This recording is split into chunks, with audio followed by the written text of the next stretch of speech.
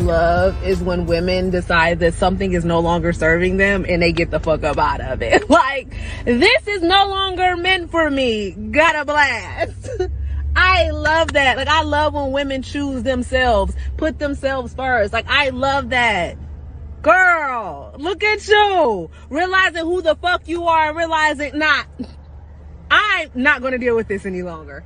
I need to get up out of this. I need to do what's best for me. And you did that shit. And that's why you a boss ass bitch, because you did that shit. You did that shit. Never forget that you did that shit. And motherfucking period. And is right. Welcome back to another episode of the Do Not Resuscitate podcast, where we are pulling the plug on things that no longer serve us. We hope you all are enjoying your week, your weekend, or whatever it may be when you finally listen. We hope that you hear something that makes you want to come back and listen again. Let's get into these intros as the T decides to fucking walk away. Go ahead. Hey y'all, it's the D.N.R. Denise, aka your favorite international runway model. Okay. She put a little extra sauce on it. Okay, period. Hey y'all, it's Nicole, the N in D.N.R. Hi guys, it's Rathia. You're not gonna lie this week. The innocent one. And T coming back. Yes, I'm the T that is so conveniently left out of the chat. I don't even know what the fuck.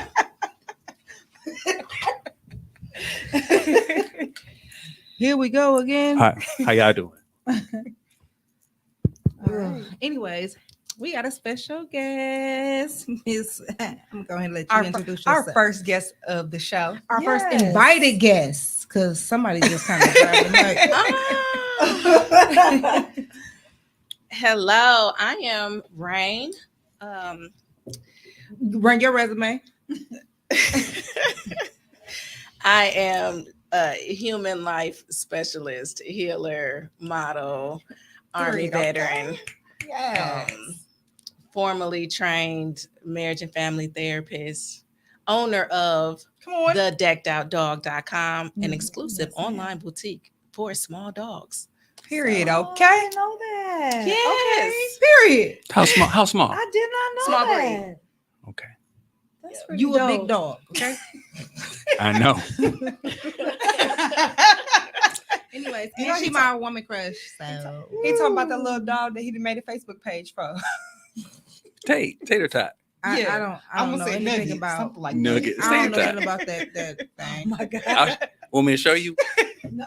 Here we go with these. Pull it up. Y'all keep on talking. Ooh, I'll here tell we you. go. He's like, I got a pie chart for that. Because now I'm curious. Like, you have a small dog? No, he's not. She's not small. She's medium. Is she transgender? Because you said she, then you said he. What is she or he identify? Here we as? go. They. Here we go. They, them. You They gonna them. stop? Do you not know? You gonna stop? What are you talking about? Does your dog know that he, she, or they, them is a black dog? That's what we need to know. No, she is a she. Does she know she a black Did she know she a dog? black dog? I don't know what that actually means. So what is it? That means That like means- we're not yeah. jumping on the kitchen table. Oh yeah, absolutely. You see, I look Okay. like. What are you That talking means, about? like, we don't share we're ice not- cream cones. No, Thank you. no, okay. Okay. I mean, We're speak not like no. You're digging not, you're in not the kissing mouth. me in my No. mouth. Yeah. No, Yeah. You're no. not gonna lick me when I get out the bathtub. No. None of that. No, she don't do all that. She don't- Okay. she don't- yeah. You're not gonna have The on a fact that sweatshirt that he looks like needed a sweater. explanation is a little alarming. It's a little like, I don't know. That's They their might type. blur the lines a little bit. She's a light skin though. That's their That's type. why today my boss came. Here you go with this Cute. light skin shit. She had Not a Excuse me. strawberry dog. Excuse she had me. fur all over her. It's all about Exhibit- it's about tater tot. Oh, Miss Exhibit tater Brutisha. tot. Tater Hi, tot Brutisha. Miles. Yes. Tater tot Miles. Oh, She's so Hi, cute. Tater so tot. She's cute. adorable though. She is. How old is She's she? so pretty. She's 4. She bite too. yeah. No, she's a rescue. She still She bite. Do needs she some got more teeth? friends though. Do she have teeth? This is her with the Christmas picture. She wouldn't look at the camera. She was being an ass. Oh, Sounds like you. Tommy, I'm on your team. Thank you. I just don't understand why people always say that they dog don't bite, but if your dog got teeth, they bite. Because I got teeth. Exactly. And we know you bite. she's never bit anybody aggressively. She just really, really, really, really With a playful. nice little nipple. No, it's just, Nobody aggressively. I mean, it's just like when you be play fighting, you accidentally scratch or punch somebody. You know, you just be playing so much. Fight. Yeah, I don't like that shit. That turned into Okay, you're something. getting off tater tot right now. We're just going to talk about, the guest, Reign. Thank you for coming, Reign. I appreciate you being here. Thank you for having me. T. I'm going to take control of the show since it's losing its control. The host. Oh man. Where one of these buttons at? The fuck?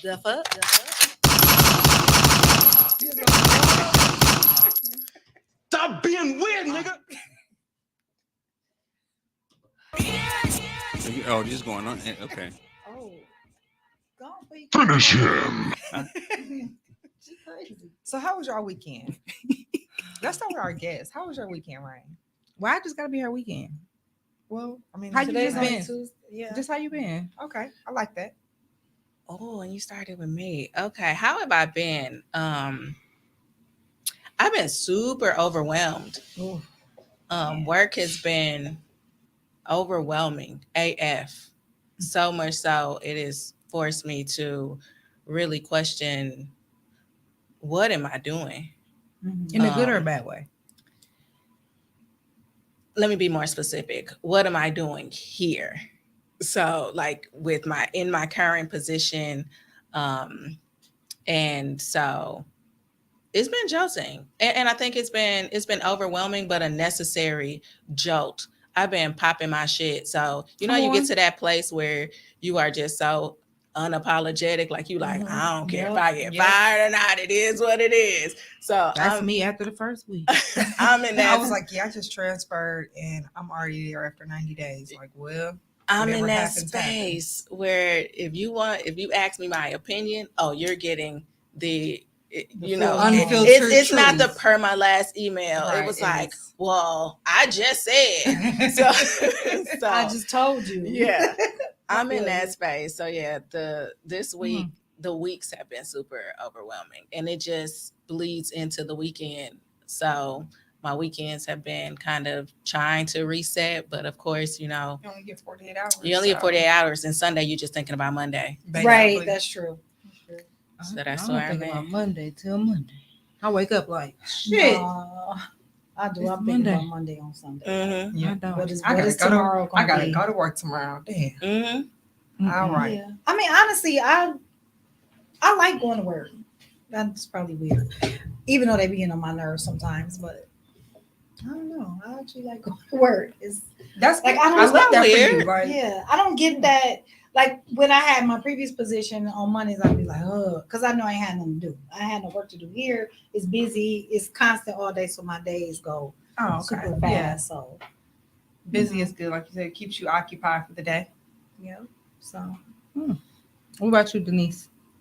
For the last probably few weeks, month, I've just been in a space of doing what needs to be done, kind of on autopilot. I just realized that like within the last 48 to 72 hours that I've just kind of been on autopilot probably for the last month.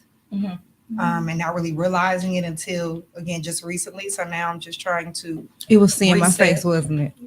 I'm just trying to reset and come out of that autopilot, reset, and get back on track doing other things other than what needs to be done. What needs to be done is always going to be there. Bills, work, whatever, everything is always going to be there. So now I just need to get into a space of doing what I want to do. yep. I'm glad you had that realization because we knew. Because I've been Sure knew, but I've been I'm glad you got there. So lately I've been busy, but a good busy. And I've been enjoying the healing work. Like I've been in a space where I'll be like, okay, this is finna piss me off, or this is going to overwhelm me. But then I get in those spaces and I'll be like, oh, look at you. You didn't heal from that. Like that hasn't triggered yourself. Right. That's been good. good. So I've been taking all of my small wins and putting them together. Like, bitch, Yes. you did that. Because you Right. did. So it's been good. I think that's good, especially because right now we are doing our 30 days of self-care and self-love. Mhm. So I think that that's really important. I this morning was crying. I don't know. I just realized Just like put up I a had picture of me. That's why I was crying. Y'all come, Tommy, what you put them up to? What'd you say? Oh my God. No, but I think I had the realization of like because the last 2 weeks I've been working really hard. Like I told y'all, I started meditation, which I had never done before in my life. So I started doing that, and I could just tell like I have become a lot more calmer and just a lot more just eat. You know what I mean? It hasn't been so rough. And then this morning, I don't even know what I was doing, but then I realized like you have spent a full 2 weeks every day doing something for yourself. I ain't never done that in my life. You know what I mean? So this morning I was super emotional about it. Like you really are loving on yourself and you really are doing the work as hard as it is. The intentionality. Yep. Mhm. So That's dope. I like that for you. yeah. And I appreciate you inviting us on your journey, even though I was like, bitch, why you ain't tell us? That the first time. Yeah. Yeah. And that's why I told you the second time I appreciate it. to make sure that you do it too. Oh, I was about to say, what? We can, I get, I guess So- the next time we can invite.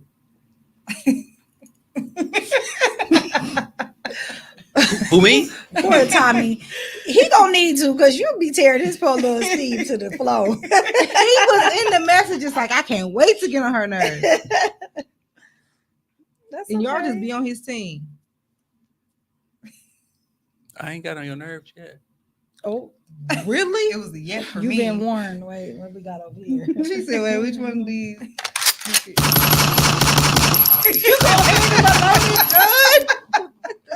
Damn, that's my warning. No, that was you to her. You shot me. Oh, She okay. handed. I gave you the I'm anti-gun. I'm not. I just bought me a 380 last week. Period. Okay. Oh, for real? Not anti, like Oh, I, okay. I mean, I just don't have one. I don't Oh, care. yeah. But do you know how to shoot one? Never shot one in my life. So we can't go on a date because you can't protect me. I'm gonna protect you. Well, what? These are all the you win some, you lose Craig. some. You win. You live to fight another day. Not in 2023, you know. I guess we're not safe. Don't Ain't say. safe. Yeah. I just, I felt like I had to with the type of work I do. This is Type of work I it's do. definitely historical. My family. It's a family situation. It's just too many. It's It's so too cute, many. though. Too many shootings in my family. Yeah. That's Too understandable. much death. I mean, That makes sense. I don't want to, or nor do I want to even learn how to shoot. And everybody in my family got a gun. Like they'd be like, "Hey man, you ain't seen?" And I'd be like, You know, I get it. I didn't want to. It's a huge responsibility. It really is. But in my type of work, You have to. I don't have no choice because I'm in and out of buildings, in and out of people's apartments. They be talking crazy. They be threatening me. And I mean, I keep that thing on me. do My I blessed want oil, to? but that's Right. it. But do I want to? No, it's not something Mm-mm. I ever want to do. But if I have to, You know, I have to. You know that it's an option Right. if it resorts to that. I've But thought about it. yeah. I've thought about it, even in the sense what she said, as far as where you know, because everybody else got one, and I'm walking around without one. Like, Just get you some blessed oil. them That's what blessed I oil. got, and I feel like that's gonna keep me. Because whether I have a gun or not, if I trust God with the details, He's gonna either protect me or it's within His will. So whether I have it or not, it's gonna Mhm. happen. Yeah. I feel like if I had to pull a gun out, shit done got way too far. I mean, I'm that- cold with the one, you know, the invisible one. You know, when I be rapping in the car and stuff. When you be rapping it, when you have your car concert. the John Morant. Hey, for real. It's a lot to it. I ain't. Yes. Mm-mm. But yeah, you was in the military, so Yes. it's a lot. So I've shot everything that you can think of. But Mm-mm. owning a firearm, which I do, it was a lot to purchase, to carry, and it's still a lot now because it's such a responsibility that you know, and when you carry responsibly, you know, if I'm pulling this out, I'm shooting and I'm shooting to kill. I'm not shooting you in your leg. Right. So, Hey, Ship. Crystal, hey. So, it's a huge responsibility, and even to program your mind to adjust to like not having it to now carrying it, the weight.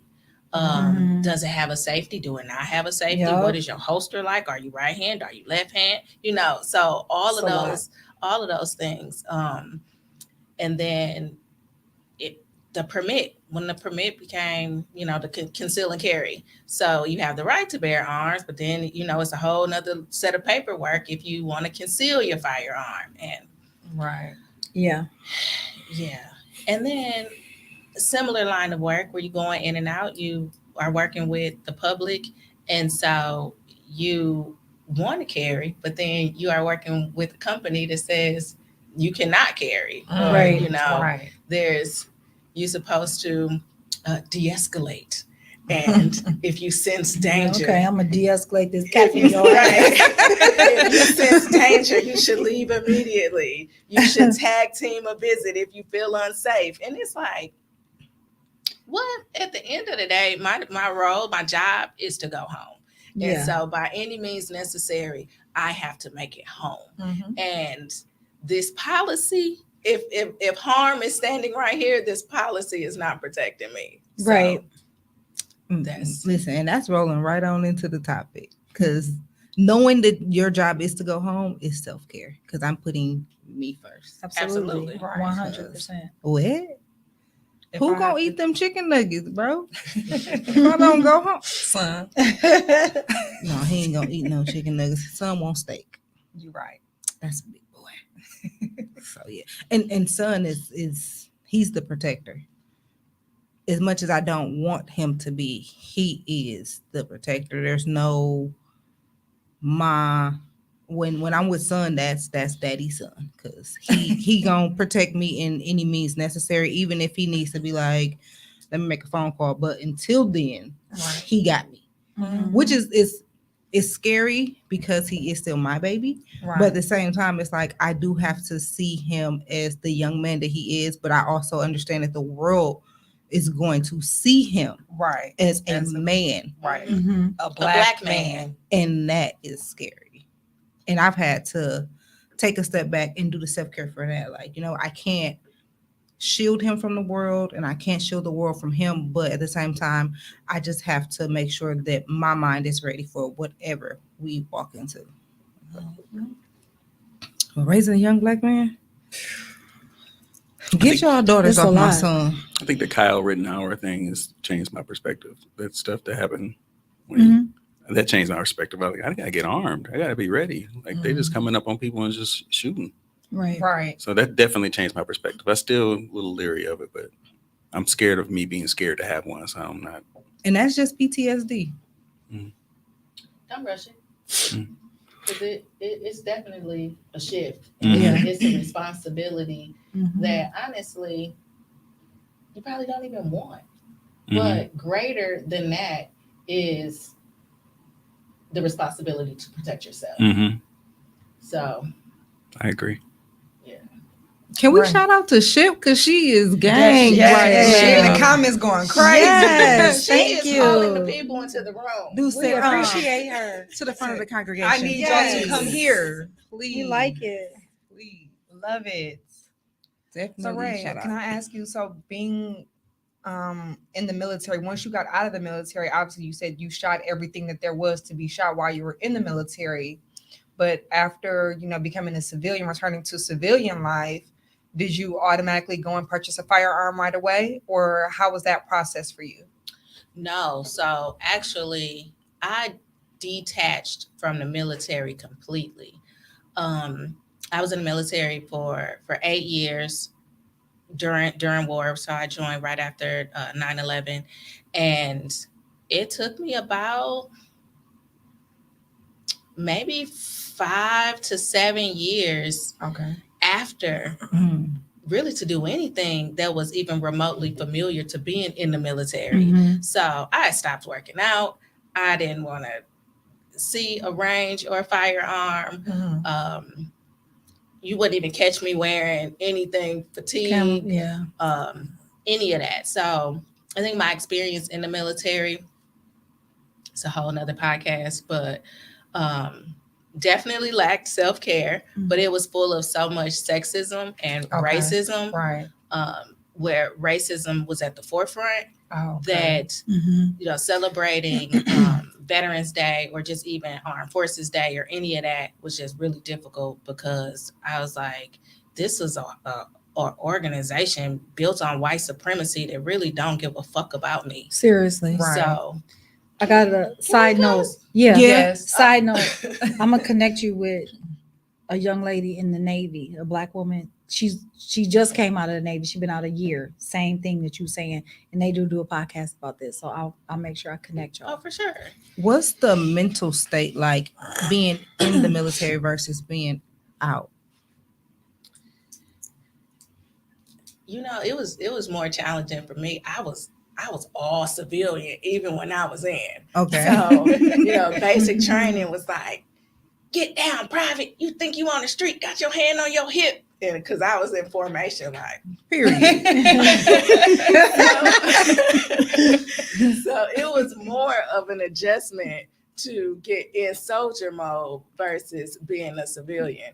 And so once the contract was a wrap, that part was easy for You me. said, all right. Yeah. But a lot of people say that, you know what I'm saying, even just being a part of the war, being a part of that type of environment, the mental and the PTSD after that is a lot. Was it like that for you? It wasn't like that for me because I wasn't deployed. Okay. So I can't even imagine what that's like for soldiers that have been deployed. I will say that my experience, because it was different. So I first joined, like I said, I joined during war, and I started here in Milwaukee. Racist. I was literally the only Black person. And then I transferred to a unit in New Orleans where everybody was Black. Okay. And but at the time, right after 9/11, if a unit was mobilized, then that unit, they would do their time, and then they would come back, and they had non-mobilization status for, I think, 3 or 4 years. 4 years. Mm-hmm. And so that was great. So I was like, okay, well, I'm gonna move down here, and I can finish school and not have to worry about deployment, which that's what I did. And then after that, I moved to California. So I found a unit in California, and I called back to my unit in New Orleans, and unbeknownst to me, they had gotten deployed. Oh, wow. And my unit in California was very small. When I first started, it was probably 30 of us. And then by the time I finished out my contract, which was, I think I was there for maybe like 3 years, the unit had grown to 300. Oh, wow. And so that grew rapidly. it grew rapidly. And I didn't know at the time why it was growing so rapidly, but they were getting ready to deploy. Oh. And so, and then I was like, yeah, I'm done. So that's right. In the meantime, though, I volunteered to go. I had a friend group, and we were from all over, and we had met somewhere, Fort Hood or wherever, and we had this pack. And so we all wanted to go to Kuwait together, and they ended up getting deployed to Kuwait, and my unit commander said no. And so it was just like, that wasn't a part of my journey. That wasn't a part of my story. So I did think about kind of, well, why not? Why wasn't a part of my story? You know, Mm-hmm. and that took some getting used to. Like, what all the shoulda, woulda, coulda, what would have happened, and Right. you know, so especially because you had that friend group who, you know, you wanted Right. to stick close to and Do say y'all you was all gonna go still together. talk to them? no. Okay. No. I rarely talk to anybody that I was in the military with. That's unfortunate. But I was gonna ask you, was it deliberate? But It was not deliberate. It was only a handful of us. Now, granted, some folks I have had to block because I didn't like you then, and I don't like you now. Right. And that's on period. I think I like that in your story you kept who you were real, because I know people who they get into the military and they just full on into you still kept who you were, your despite individuality. being in the military and them forcing that, you got to be this way, everybody got to be uniform, everybody has to be this way. So I like that you stayed yourself, true to yourself. Because again, to me, and I appreciate that, thank you, is so a lot of it, I'm gonna keep it all the way 100. Please a lot do. of being in the military is performative as fuck. I believe that. And I found myself initially being performative. Falling in line. I'm standing in line. This is when I used to eat McDonald's. I'm standing in line. No shade to people that still eat McDonald's. So All the shade. Ew. I'm standing in line and I'm like just straight and hat off. I still it's kind of, well, I like hats now, but then I was very like, things had to be this way. My first semester in college was terrible. I'm like, it's 2,100 hours, lights out. So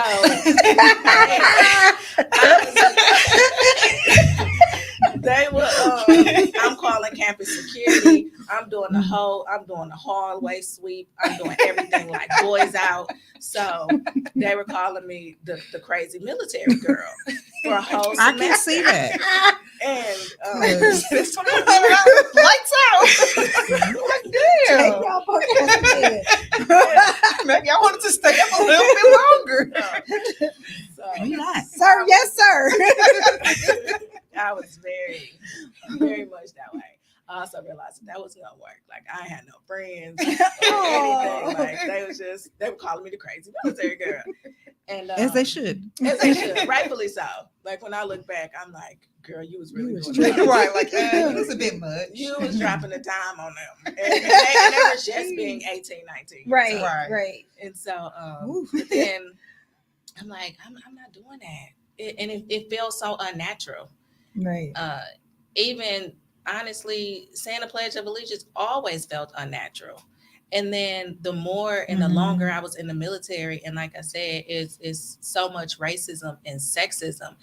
The second time I was called a nigger was in the military. And so the girl who bunked was next to mine, who also ironically was from Wisconsin. Oh.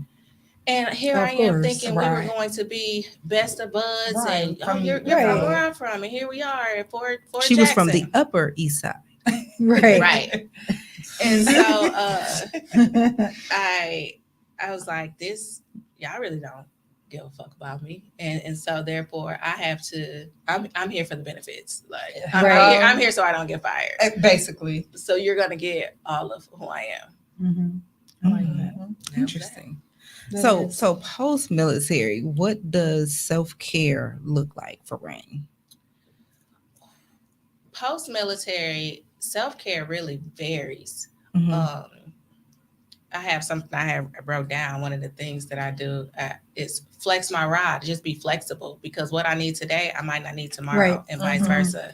So I really enjoy my couch. I really enjoy laughter. And today's healing. Oh, laughter is so healing. Music is healing. Yes. And so music, laughter, Car dance, concerts. Absolutely. Come on. And if we not tag teaming this car concert, Man, you listen. get it out. If we not finna discuss, that's okay, good. so You got the first verse and I got the no, second. no. I The like boy that. is mine. Who are you, Brandy or Monica? Right. Because Yes. if you don't speak up quickly, I'm going to be both. The answer is yes. Yes. Brittany or Monica? Yes. I like that. That made me think about, I started doing shadow work. And talking to your inner child, and I think that we do forget that, and that's kind of that, having fun, going back to just being free and open. I think that that's part of the self-care and just getting back to who we are. Absolutely. I was talking to my mom about we were talking about something. Oh, my mom gets so pissed if you do not leave a voicemail. And so I was I wouldn't leave one on purpose.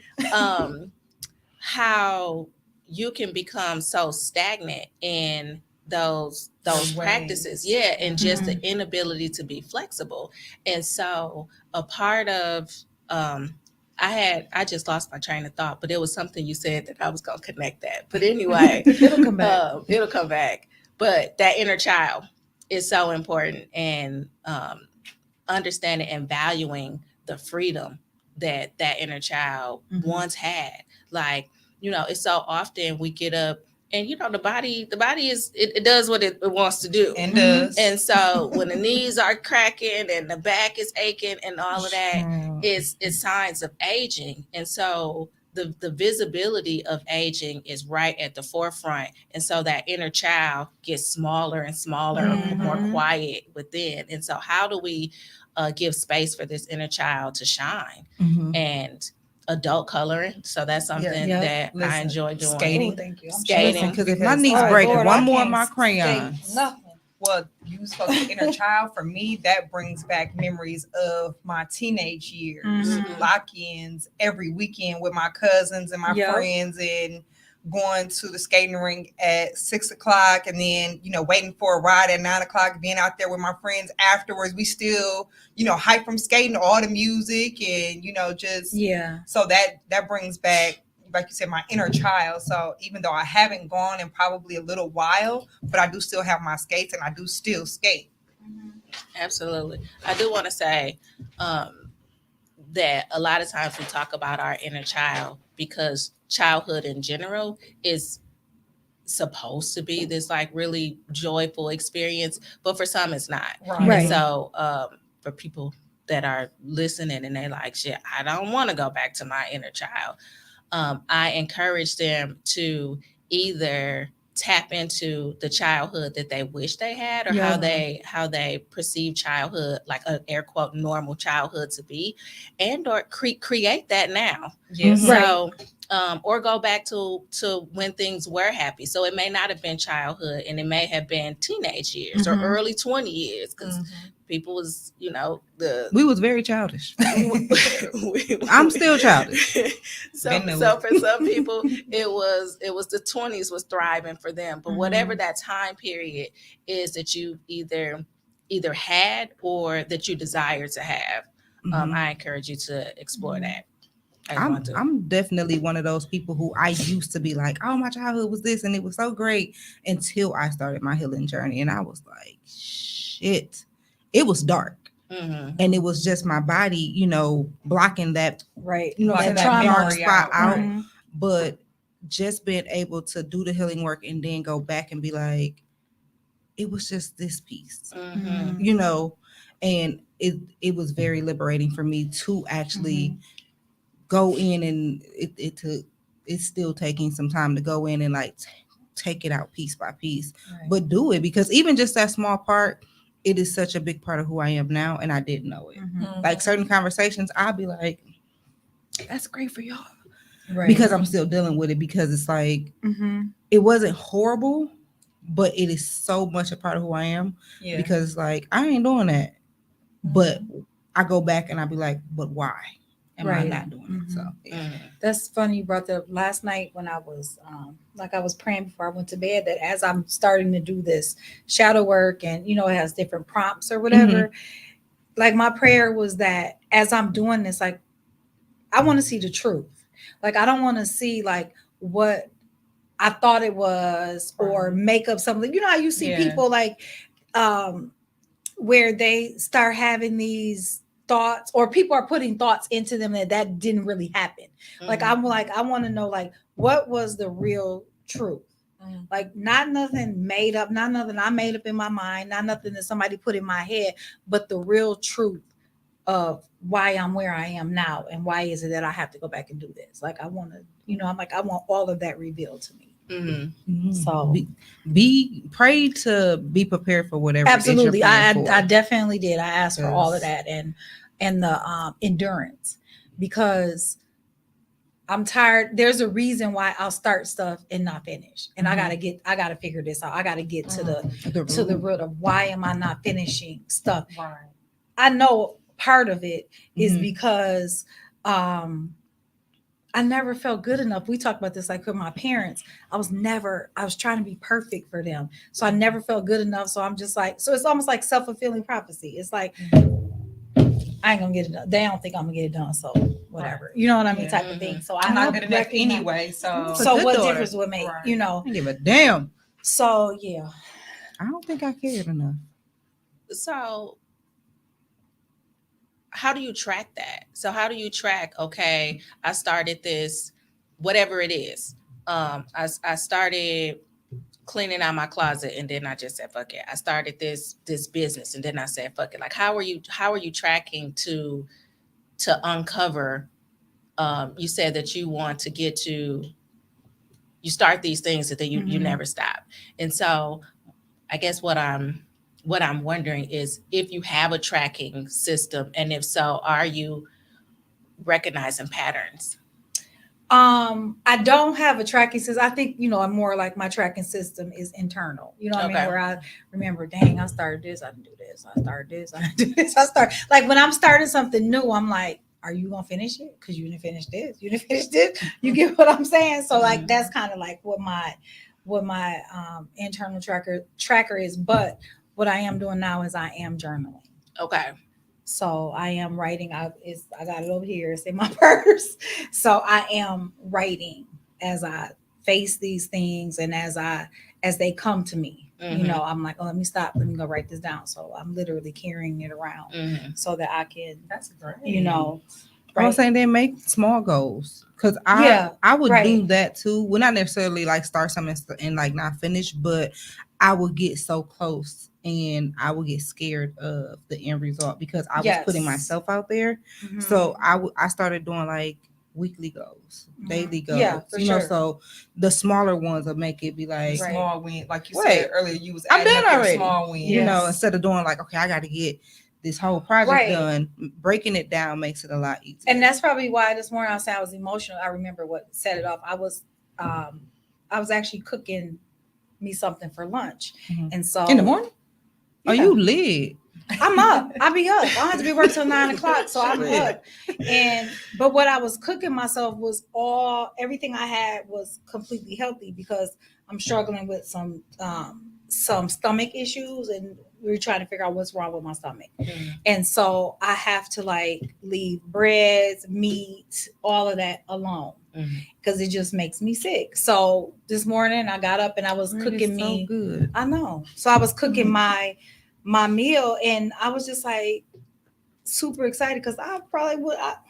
I'm going to stop over here and grab me something. You know what I mean? And I was like, I really am working on this, like for real, with my eating, making sure I'm eating the right things and putting what in my body, what I should be putting in, not, all that other stuff. Because everything I had was, I mean, it was a vegetarian dish that before I'd be like, I love vegetables anyway, but I was like, I'm not finna just only eat vegetables, but now it's no big deal.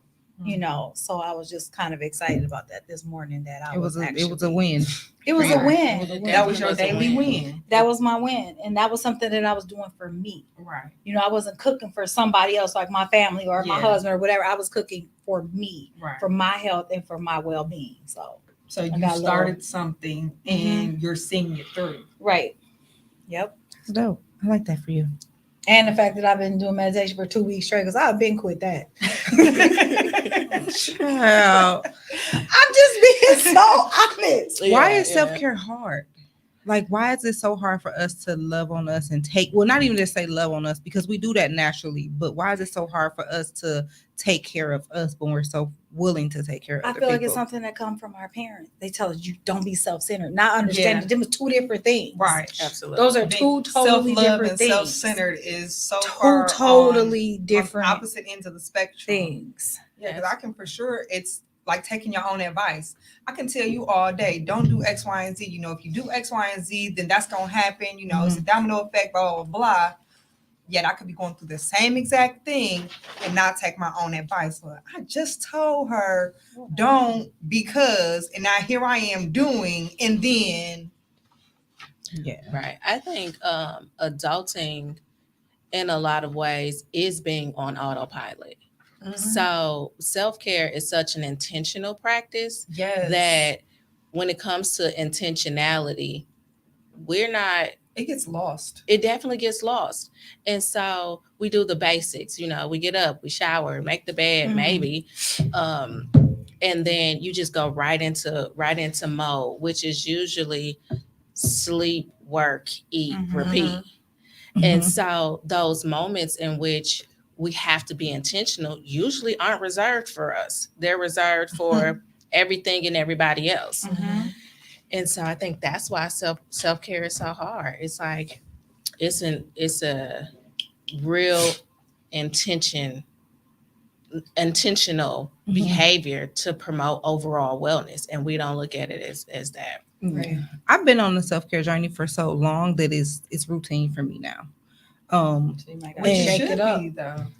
And I have. So at first it was like what I thought was self-care. Well, and maybe it was to me in that space, in that time in my life. It was more so, I gotta get my nails done, I gotta go do this. It was like to me now that's just, it ain't necessary. But now I'm in a space where I need to make sure I'm going to see my therapist. I need to make sure I'm taking the time to just sit. I texted y'all the other day, like, I'm having a hard time just taking the day and just relaxing. Yes, there's a pile of clothes that needs to be folded, but so it's what? okay. Where they going? Right. They So go. They gonna be there. Everything is always going to be there. Sleep, whatever. Like the clothes are always going to be. The bills are always. They still right there. Work is always going to be there. Like it's always going to be there. We have to, like you said, just be intentional about sitting. Even with my son, the other day he asked me, "Ma, you still taking me here, right? Well, what time? Because I have an appointment with my therapist. Well, I don't got to be there until this time, but I don't want to be the first one there. Well, you will be, because if you want me to take you, right, I have to have this session, because if I don't fill up, I might lose my mind and not come back and get you. So I made sure that I put on my calendar, wait, I ain't had a session in 2 weeks. That has to happen. I make sure my Sundays are reset days. Like I have to have those things. Even if it's just going upstairs and being like, I'm gonna turn off all these lights so no one can even think that I'm available. Turning my phone off. Like I make it very intentional for myself to love on me, because at a point I didn't love myself and I didn't feel like I was receiving love from anybody else. So I would get mad at my son for just being a kid. If I'm like, oh, I love you and I want to hug. As a teenager, he's like, move. I don't want to hug my mama right now. But for me, it was just like I felt unworthy of his love, his attention. So it was like, I'm controlling this. I have to love me. So I made it very intentional to, okay, you don't want my hug? I'm going to do it for me. Or, you know what I'm saying? Just making sure I had that time for myself. How can we love someone else if we can't love ourselves? And that happened too. Where I was like, you know what? Come get him. He don't love me. He don't need to be around me. And it was like, it's not necessarily his fault. He's a teenager. He's going through his own things. Yeah, he half man, half child. I have to love me. I can't expect for him to feel me when he doesn't even know how to navigate through his own life. So. I think I'm just now learning how to rest, because y'all know I run the street. I be everywhere doing everything. But me and my sister had a conversation, and we together discovered where it came from. It came from our mom. You know, every Saturday morning, it was, we're going to get up, we're going to clean up, then we're going to go here, and then we're going to go here, and then we're going to do this. And then on Sunday, you got to get your clothes ready. She make us get our clothes ready for the entire week. I'm talking about to the panties. Because I be like, panties, I got to run errands. What errands you got? What errands do you? Girl, you ain't got no errands. On the street, that's it. So she made us feel like if we're not doing anything, then we're lazy. And I never wanted to be called lazy. Like if she would tell me I was lazy, that would hurt my feelings. I would be so mad. Like, she called me lazy. They might as well call me a bitch. You know what I mean? I don't know why that would hurt me so much. And so maybe it wasn't the lazy word. Maybe it was who it was coming from. Right. and Yeah. the meaning behind it coming from her. It could be both, right? Yeah. Right. So that's why I found myself always just doing something, busy, because if I'm not doing anything, or if I'm deciding I'm gonna lay down, now I feel guilty. Now I feel bad. Now I got to get up and go find something to do, because if my mama gonna tell me I'm lazy because I'm laying down. Speaking to that lazy word, shout out to Rain Truth, who initially posted this, and then Britt Nicole reposted it.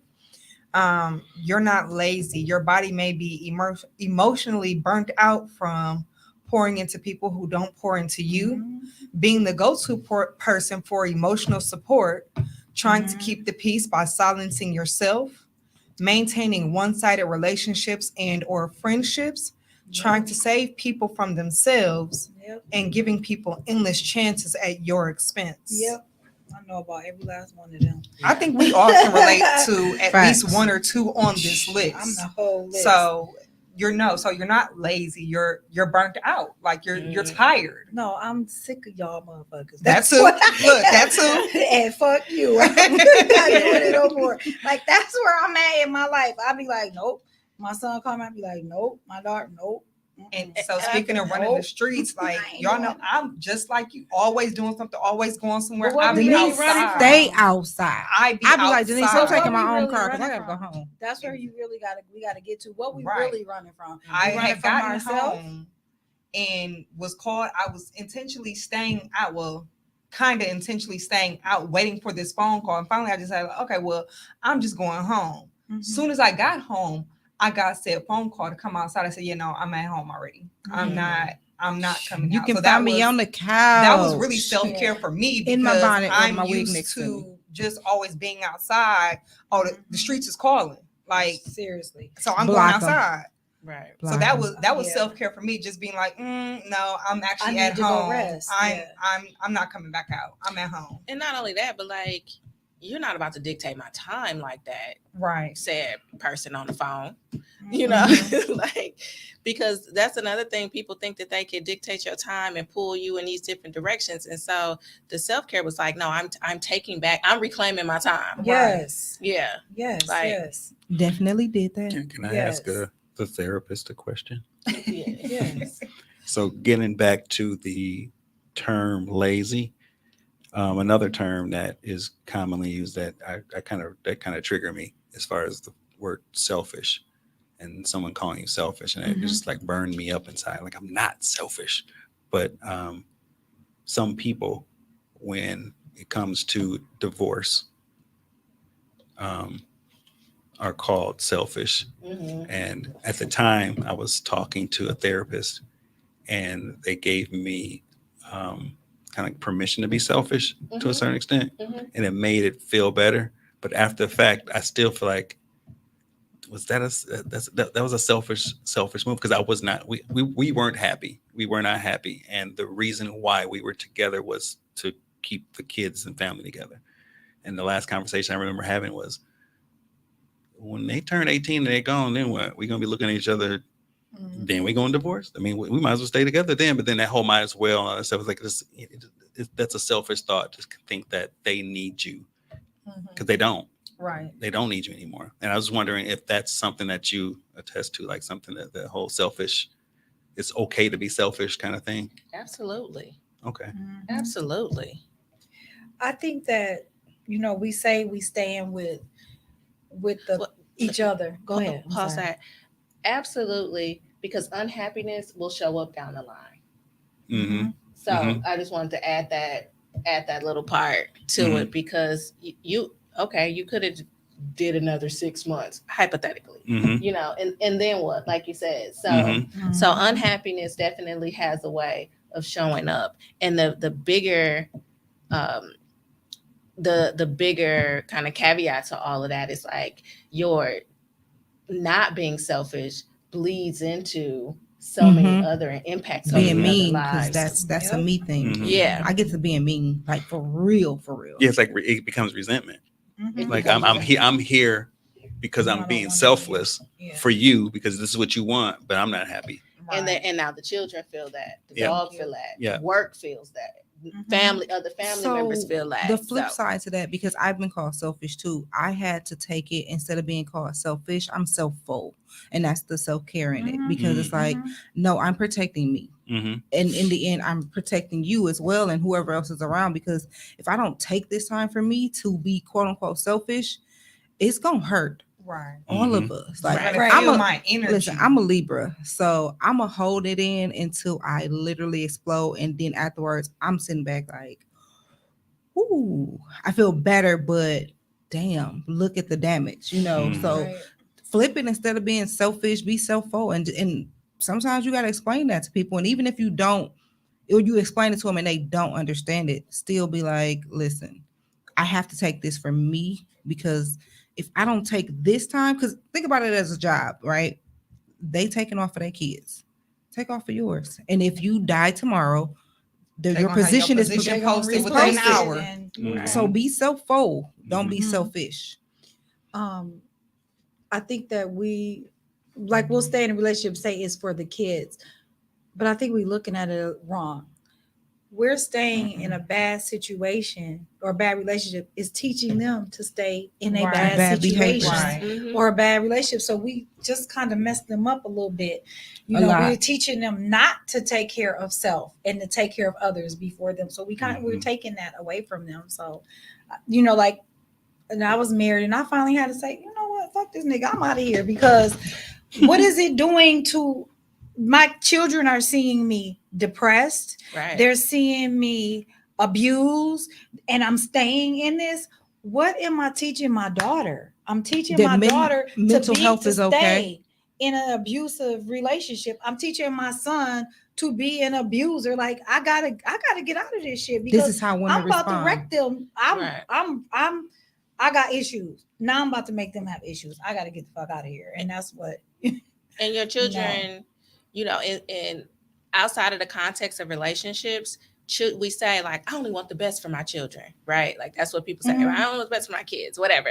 And then, but don't think about you not being your best. Correct. So if you only want the best, you have to be your best. You have to be your best. Show them what the best me looks like. Right. And that sometimes mean you got to go your separate ways with your partner. Yep. Sometimes that means taking a step back from parenting. I'm learning that. And I think it's letting them see you be vulnerable, let them see you be broken sometimes, because then they see you when you overcome too. They see, like, okay, this happened, but look where she at now. I can do it too. Absolutely. Type of thing. And we got to get out of the space of, and I'm talking to myself, that, oh, my baby daddy ain't no good, but that's who God chose for your child to have in their life. So even though I think he's not the dad that my son needs, he's absolutely the dad that my son needs, because that's who he goes to and he talks to more than he will talk to me, because I'm overprotective. But that's the father that he needs in his teenage years, versus me. I'm still being like, that's my baby, so we have to understand that giving them the best, meaning sometimes to just take a step back. For sure. That's hard. It is. I'll be like, hard. You okay, son? He'd be like, bro, you just called me. You literally just dropped me off. Okay. But I do think it's important that, as part of self-care, it is taking care of your mental health as well. Like, that's so important. Absolutely. And being unapologetic about the journey, because sometimes that guilt creeps in where you like, I want to go on a girls trip, but I have work, or I have this obligation, or who gonna take care of the dog? If you feel guilty about it. Yeah. But let the journey be and be unapologetic about it. And so going back to that word lazy, it might look like a self-care. It might look like Netflix and chill. Right. And you don't get shit done that day. And that's okay. That's okay, because I done did 252 things already that week. So even thinking about like the journey, whether it's self-care, mental health, therapy, healing, whatever the journey is, me and Aziza had a conversation the other day. We talked about so much, and it was so healing for both of us. It was just like, whoa, child, I came over here to check on you, but I had a good, what I'm saying, whatever. And as we were sitting there, I don't remember exactly what I was saying to her. And I was like, sometimes in the journey, you like, dang, I'm back at this same spot. But I already overcome that. Okay, now I'm over here. Dang, I'm back. You know what I'm saying? You feel like, you know what I'm saying, all these different things. And as I was talking to her, she started doodling. And she drew a spiral. And she said, in the spiral, it's like, okay, I start here and I go here. And I'm doing good. But guess what? Now I start to touch that same trigger. Okay, now I'm over here and I'm doing good. Oop, I'm almost over there, but that trigger is not going to trigger anymore because now I've done even more work. So it was just like that journey is going to look different. It might look like a heartbeat for you. Yeah. It might look like a spiral for someone else, but it's going to be a continuous thing. It could be a roller coaster. For Tommy, it's a, you know, whatever. Right. Healing is a journey. I think some people look at healing as like healed, period. And I look at it as consistent. healing, comma. Like it is ongoing. And and you might go, shit, a long time without something triggering you. But when it happens, here we are. Does that mean that I'm not healed? Absolutely not. Right. This is a bump in the road, and we're gonna figure this shit out just like we figured the next shit out. And it might be another few years, and you might say some shit, and now I'm back ready to pop off. But like Aziza said, shout out to Aziza. Yes. Like Aziza said. Speaking of which, where is she today? I know, I love her. You know, all of the journey, you're picking up some things along the way. Hey, Britt. Hey, Jay Ryan. Hey, Tamisha. Hey, y'all. Hey, we appreciate y'all for joining. Yeah, I often tell my friend who just is a dope person and is doing a lot, but I'm like, dude, you have all these tools in your toolbox. When he gets overwhelmed, he like, I don't know what to do. You got these tools in your toolbox. Yesterday you might needed a hammer, and today you need a wrench, but they're there. And so go to that toolbox and should build your house. Listen, hello, and learn to be transparent. You cannot heal without being real. I had to be super transparent, and my first time telling my full story was on a podcast. And it was, even afterwards, I went back and I listened, and I was like, shit, you know, and it forced me to have it was like a domino effect after that, and it was just like, all right, I signed up for this shit. So here we are. It was like, you can't say you want to heal and then you just want to creep in the closet and take one skeleton out. Like, no, it's a Pandora's box at this point. And it's going, when I tell you the domino effect was crazy, and then it was like, fuck it, I gotta have this conversation with my mama. Like, she needs to know. And now it's a better space for me and her, as well as some of my siblings that do know or that's willing to admit what happened. But even still, when I go into those spaces, do I have anxiety? Yes. But do I know I can be in those spaces without spazzing? Yes. So it's like, bitch, win for me, period. But you know, sometimes I'm like you said, go into that toolbox. All right, just breathe. You good. Right. If this person is here, step over here. The event space is this big. Right. I shouldn't have to go home because someone else is there. Right. They entered the room, but I entered the room as well. I've entered the room as a newer version of me. So it makes it a whole lot better. It's the mantra of you can't fully heal because you're acting like you're not hurt. Oh, that shit hurts. But with so often you're talking about transparency. So often we're not transparent. We're walking around like everything is good. I'm cool. It's the common ask, call and response. How are you? I'm good. Leave it at that. I told y'all, just start randomly saying that shit out loud, even to the church people. Hey, baby, how you doing? I'm having a fucking day. They ain't even heard. They ain't heard you, but you saying it to yourself. As much as you're saying it to other people, you're saying it to yourself. Right. I encourage everybody to have that positive self-talk. And people can say I'm crazy. Y'all done been to my house. I got mirrors everywhere, but I'm in that mirror all day. You got this. You the shit. You know what I'm saying? Like, you've healed past yesterday. You're gonna keep moving. So even on my work desk, the amount of stuff, the sticky notes, it's there. I don't know what I was. You got to do. I think I was scrolling, I was supposed to be working. I was waiting on the email, whatever.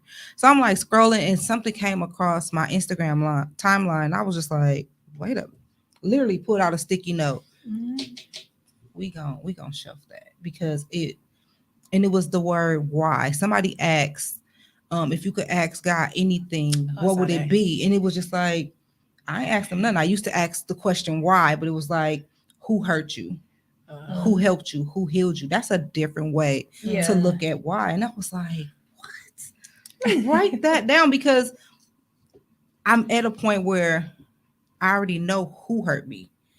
I know who's helping me, and I know who is healing me. Mhm. And that who can be whoever you know what I'm saying, pray to, whoever you, whatever to.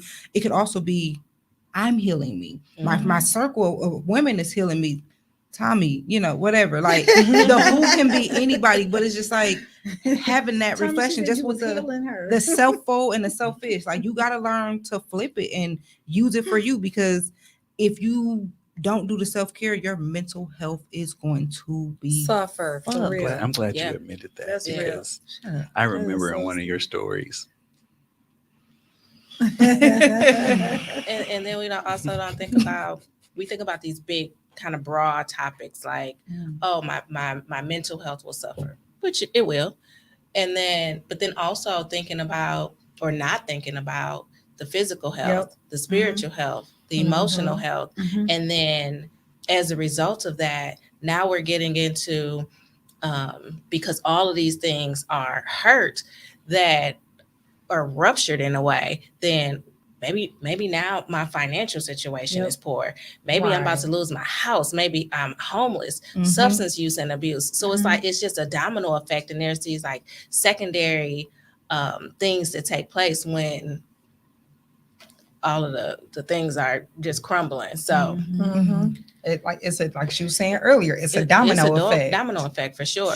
And people often try to compartmentalize mental health as if it's its own entity, and it's everything is interrelated For sure. And so you see all the time, you see guys in the gym mainly because they're the ones that's in the gym taking up space and they sweating and they grunting and they just and it's all they doing is pumping up with these free weights.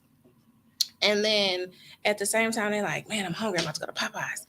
I'm about to do this. I'm about to do that. And they talking about how they talking to this person, talking to that person, and doing all of this kind of toxic, fucked up shit. And it's just like, so the only thing you're doing is pumping iron because everything else is kind of crumbling. And or you see people kind of overworking in one area and not realizing how it's a domino effect. It's the mind, the body, and the spirit. Absolutely. The Son, the Father, and the Holy Ghost. If that's who you together. You know. Right. What's that? Romans 8:28. All good things. Okay. Come to those. I know my scripture. I'm glad that you brought up is self-care is also your financial, taking care of things financially. That's part of self-care. Absolutely. That really is. And mental. Sure, yeah. Because you will go crazy. Like, what am I going to do? Yeah. Especially when you got other people depending on you. That amount of stress is like it when you were talking about like, you know, maybe I want to take this girl trip. And you can't. Some of it may be financial. We have to be mindful of that. Mm-hmm. Like, I can't go on a girl's trip because I just don't got it like that because I need to take care of these bills. I need to take care of blah, blah, blah. That's still taking care of self. It is. Absolutely. You know, and being mindful of those type of things and not just saying, well, I'm going to go out and blow all this rent money. Right. No. You know, you have to, as part of self-care is truly taking care of yourself. And that transparency. Yeah. Absolutely. Financial is. And we know that all things work together for good to them that love God, to them who are the called according to His purpose. Was that 8:28? It's 8:28. See, Look at you. Praise Him. Look at you. I'm a heathen, but I know my scripture. Most of them do. Most heathens know all You scripture. didn't know, may the Lord watch. Just because I didn't recognize that acronym right away, don't come for me, okay? Just saying. You grew up Pentecostal. That's abuse. I have a basic question for all of y'all. Hey, And Nia. y'all Not a basic question. It's a basic question because it goes all the way back to somebody mentioning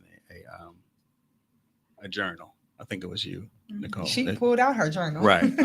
Someone gifted me a journal. I haven't written in it because I just haven't. And how do you write in a journal? Like that's how basic it is. Like what do you do? You just open up and start. All right, dear diary. I mean, what do you do?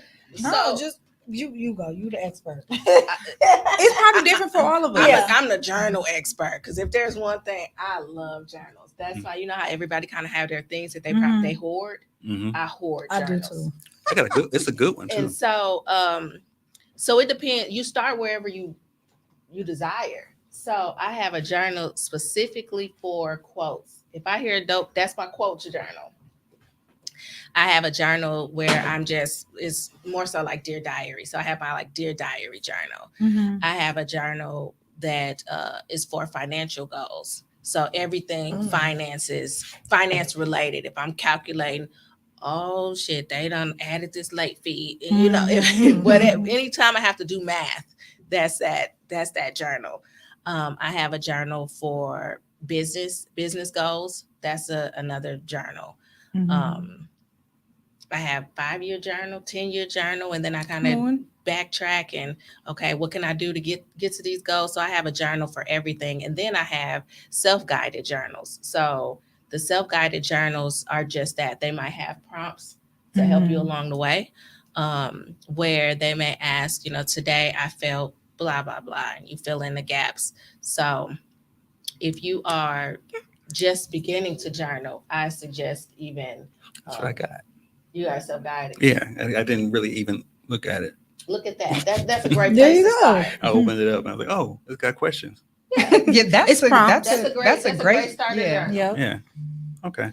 Look at you. Take my question back then. I just need to No, open not them up. necessarily. No, I mean, because that was a you valid know, question. Other people got questions. So I would say I'm not as deep into it as you, but I do have several different journals. And like I said, I do sticky notes a lot because it's like, and I had to realize that was a form of me journaling and doing my positive self-talk. But I have a prayer journal and I have like my blank pages one.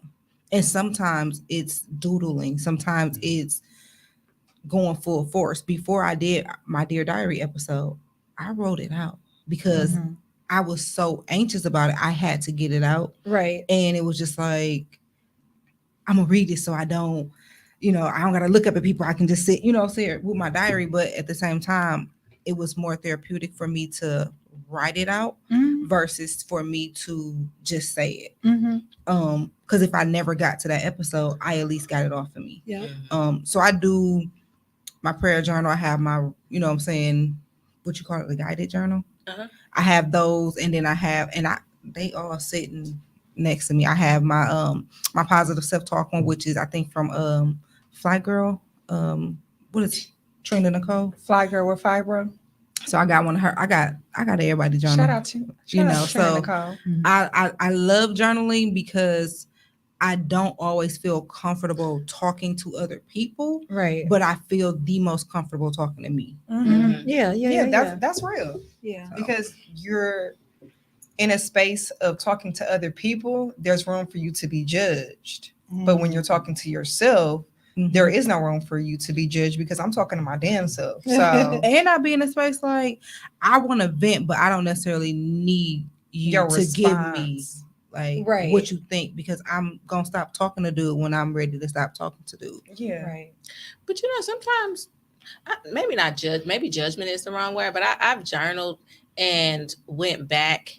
Remember, I was talking about patterns earlier, and it may take years. So one thing I've journaled about over the years have been partners, and I've seen patterns in partners. Therefore, I also seen why it failed. But I'll be reading something, I'm like, girl, what? You let this person say what you did? What? And so I've kind of had to check myself, and I was judging myself because I'm like, I don't know what the hell made you think that you were worth anything. Why did you accept that? Yeah. And so sometimes, a lot of times, writing it is one thing. reading it back and depending on when you read it back, you're going to have a totally different conversation with yourself. Absolutely. And you might have to give I yourself told y'all some to go side back eyes. and listen to y'all Dear Diary But I think episode. that could be a good thing because it's Absolutely. showing like, you know, some of your growth as well. I did have multiple journals, and then it'd be 1 page here and 1 page here. I just now I'm down to just one journal is all gonna be in that one journal. 'Cause I probably got about 30 journals with 1 page written in each of them. So I'm like, just stop. I mean, I like the idea of actually going back and reading because in a time where I was just looking for a note that I had wrote, and then it was just like I stumbled across a journal entry, and I was like, "Oh, bitch, that's why your feelings not hurt because this person was only supposed to be this, Right. and not, you know what I'm saying, more. So your feelings isn't hurt because it was just a part of the journey."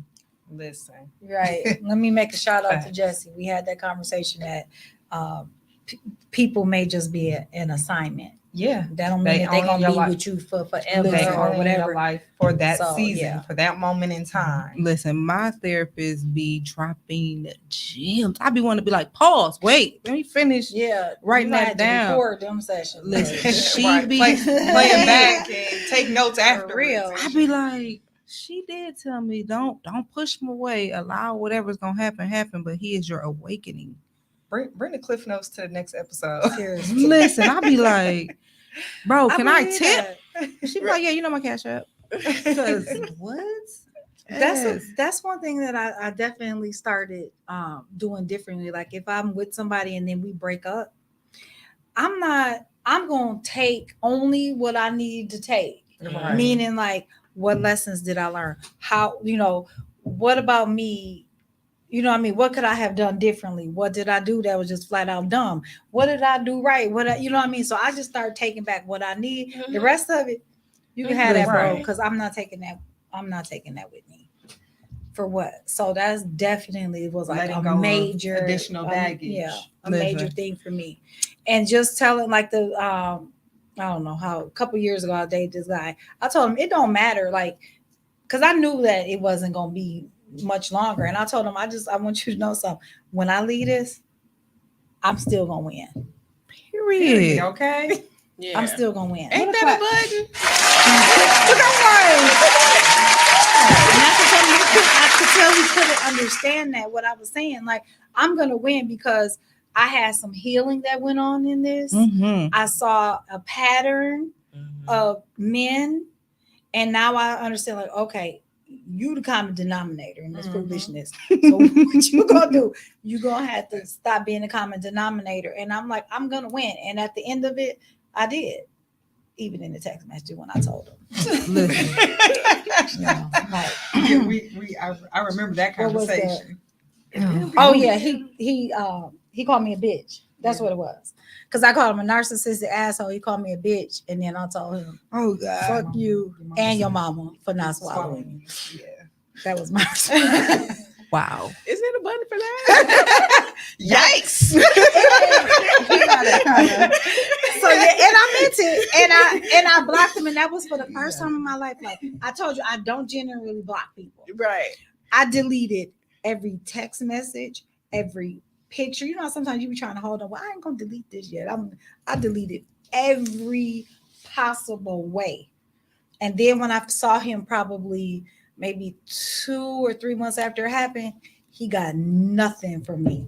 Like I was exercising, I saw we made like eye contact, but for me, I made an eye contact with somebody that I had never seen in my life. And so you if him. you've made contact with a person that you don't know on accident, but you just like, and I just turned around. I didn't give him no negativity. I want. Who was that? Who did I erase from my life? Sugar. It was Sugar the shit. I completely erased. Yeah. Oh, but it's just like, if that felt good to me, because like he was like I saw him, like his surprised expression, but I was just, I gave him nothing, like no energy, no anger, no nothing, because I told you I was gonna win. I told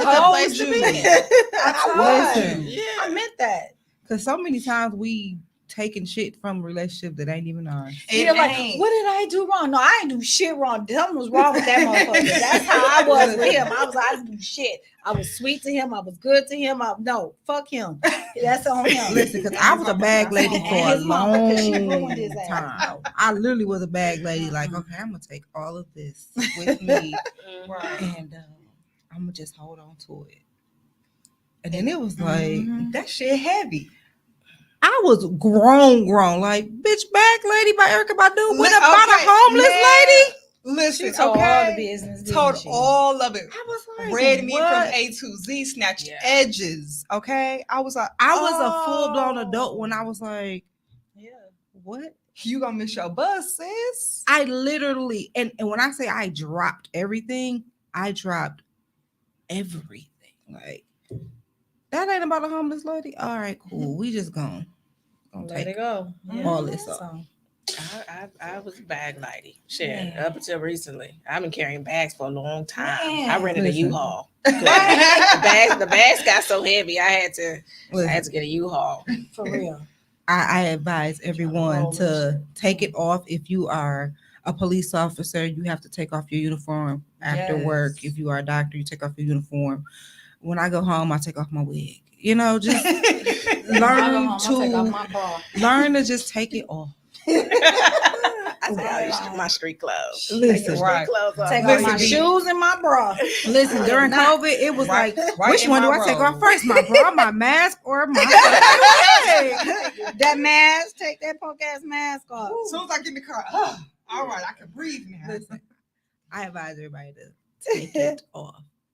Anything else you want to say about mental health or self-care Shout before out we to start Ship. She said, I mastered the gift of no, and I've mastered rest. Come on. Yes. Oh, that the gift of no is Absolutely. I'll just end on this note that self-care, while it is a luxury, it is priority. And a lot of times we view self-care as a luxury. Again, if I can afford to go on a trip, or if I can make time, then I'm going to take a bath, or whatever. And self-care, it varies in what it looks like, but it is a priority. So I'm trying to find something real quick. Ship said, mastering the gift of no got rid of my extra bags. Come on. Okay. listen. Okay. No is a complete sentence. absolutely. There is no need for a follow-up, an explanation, a reason, no is a complete sentence. And then a question for everybody individually: how has mental health impacted your life? Can we real quick? Can I just quick play this?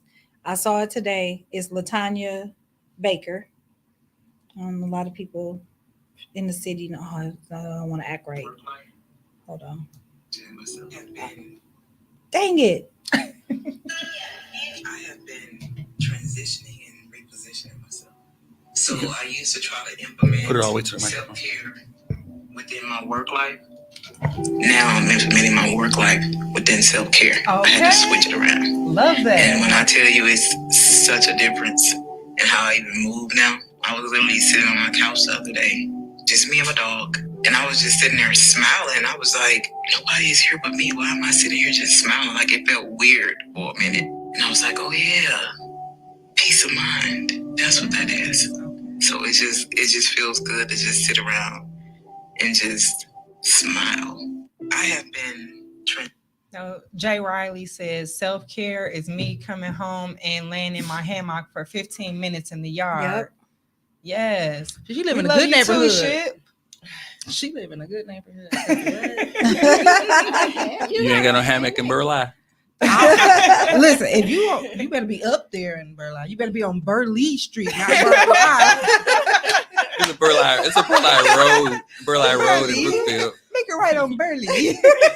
But self-care is like, you know how I see women always say, who else sit in front of their house for 20 minutes before they go in. Sit in their car. Listen, okay. I think that's because you preparing yourself. You know them Yes. ugly ass kids is in the house. You gotta go home and you gotta go in there and take care of them. It ain't even it ain't even the kids that's in the house for me. It's just going in the house and knowing that as soon as I get in there, stuff needs to be done. Mm-hmm. Or not. As soon as I, but that I have to train my mind and train myself to be like, it's gonna be there. Yeah. It's gonna be there. But that's me sitting in front of my house for 15, 20 minutes. Like, dang, as soon as I go in the house, I gotta do this, I gotta do this, I gotta do this, I gotta do this. So let me just sit here and just be for 10, 15, 20 minutes so that I can, relax myself. Yep. And get ready to go in the house and do X, Y, Z. Or going into work. Sometimes you gotta play a little boosie before you go in there. You gotta amp yourself. It was to me speeding out. It was me speeding out the parking lot playing "Move, bitch, get out the way." Like, no, I need some. I need some Listen, music okay?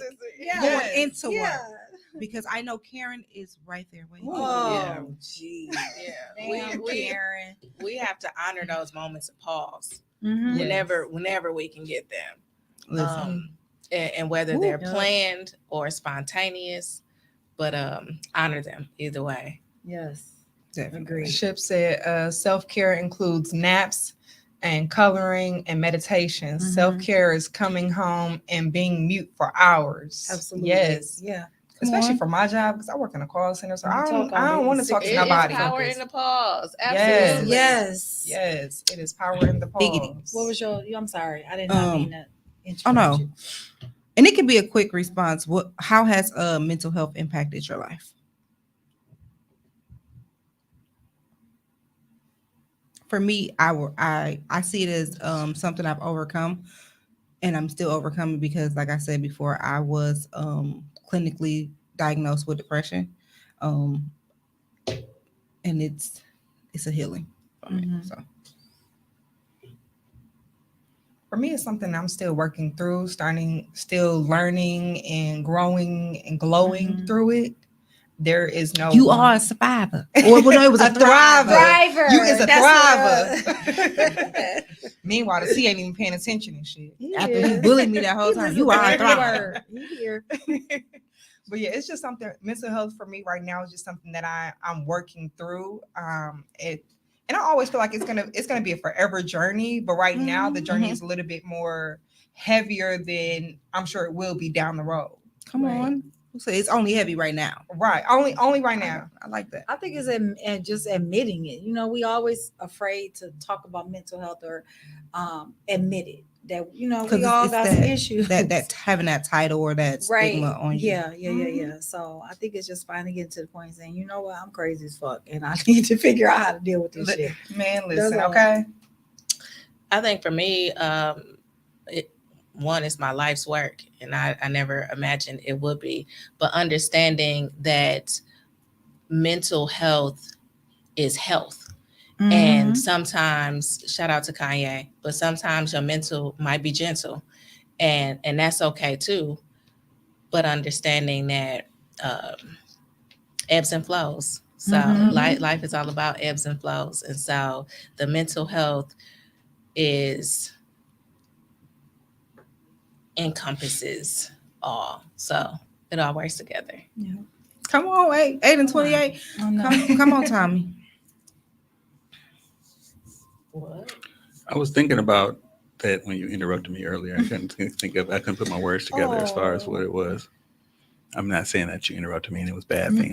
You were trying to take a dig at me. But I was preparing for this moment. I don't know how to put my words into it, but giving myself to people who aren't ready. Okay. I like that. One of y'all read, because y'all know.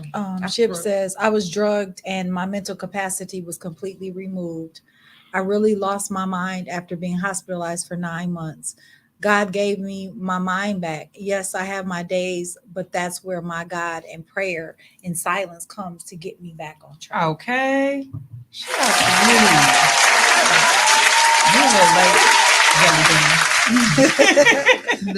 What's I that? ain't finna Change start. your lolly. You right. All right, y'all. Let's wrap this up because Jelly Bean done entered the chat. Sure, though, 'cause it's, yeah, we've been going. Yeah, I'm about to say Crystal, it. thank you for sharing. Yeah, that was. Yeah, thank yeah. you so much. Thank when you for sharing it. and Thank if you for bringing the people to us. Yeah, I'm about to say, and if you ever want to come on and share your full story, please do reach out. Absolutely. For sure. Your story is just as important as all of ours. So we're gonna get into these D.N.Rs. We're gonna pull the plug. What y'all pulling the plug on this week?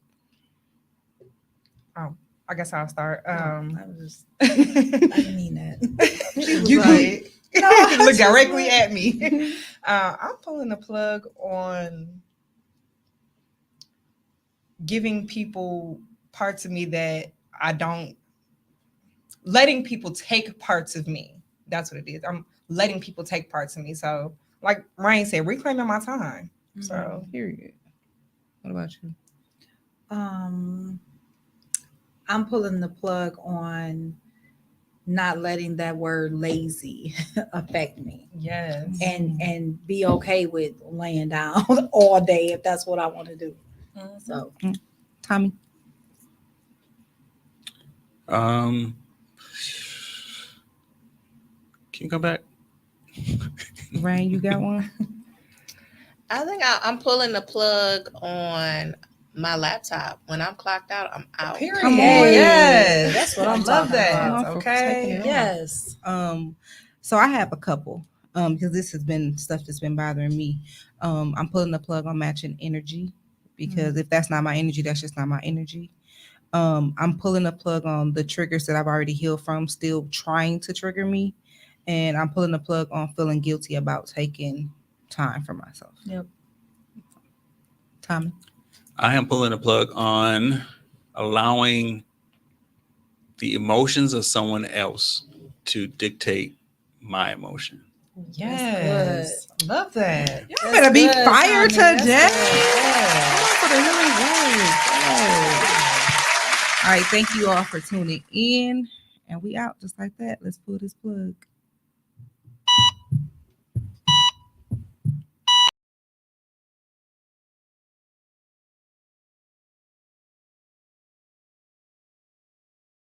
Yikes.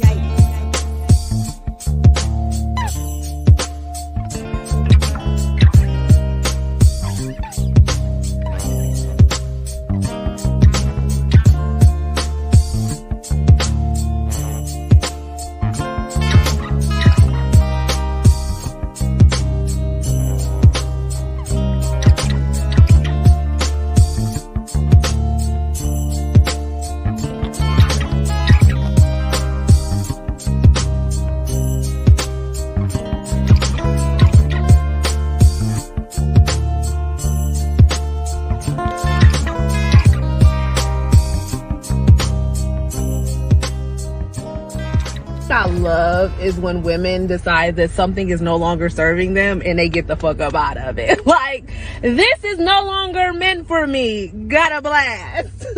I love that. Like, I love when women choose themselves, put themselves first. Like, I love that.